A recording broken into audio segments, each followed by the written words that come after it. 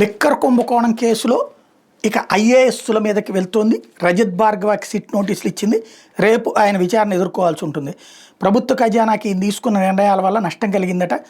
అట్లాగే అప్పటి వైకాపా ఎంపీ విజయసాయిరెడ్డి సిఫార్సుల మేరకు ఆంధ్రప్రదేశ్ స్టేట్ బెవరేజెస్ కార్పొరేషన్ లిమిటెడ్లోని అత్యంత కీలకమైన ఎంఐఎస్ సెక్షన్లో అనూష అనే మహిళను డేటా ఎంట్రీ ఆపరేటర్గా రజత్ భార్గవ్ ప్రత్యేక మెమో ద్వారా నియమించారట.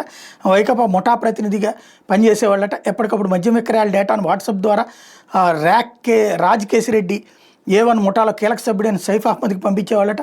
ఆ సమాచారం ఆధారంగా డిజిటల్కి వెళ్ళిన ఆర్డర్లో మొత్తం తెలుసుకుని ముడుపులు ఎంత వసూలు చేయాలని దాని మీద సైఫ్ అహ్మద్ లెక్కలేసి రాజకేశ్రెడ్డి పంపించేవారట. ఆయన ముప్పిడి అవినాష్ రెడ్డి భూనేటి చాణక్య ద్వారా ముడుపుల సొమ్ము వసూలు చేసి బిగ్ బాస్కి చేర్చేవాళ్ళండి, అంటే జగన్కి. సిట్ ఇప్పటికే దర్యాప్తులు గుర్తించేసిందట. ఈ కుంభకోణానికి సంబంధించి కుట్ర దాని అమల్లో రజత్ భార్గవ్ ప్రమేయం మీద సిట్కి ఇప్పటికే కీలకమైన ఆధారాలు అందినటువంటి నేపథ్యంలో ఆయన అరెస్ట్ చేస్తారు. విశేషం ఏంటంటే, ఒకప్పుడు చంద్రబాబు నాయుడు గారి హయాంలో ఎవరినైతే జెన్యూన్ అధికారులు రజత్ భార్గవ, ప్రవీణ్ ప్రకాష్ ఇలాంటి వాళ్ళందరినీ ఇప్పుడు దొంగలుగా అదే మీడియా చూపెడుతుంది. అది విచిత్రం.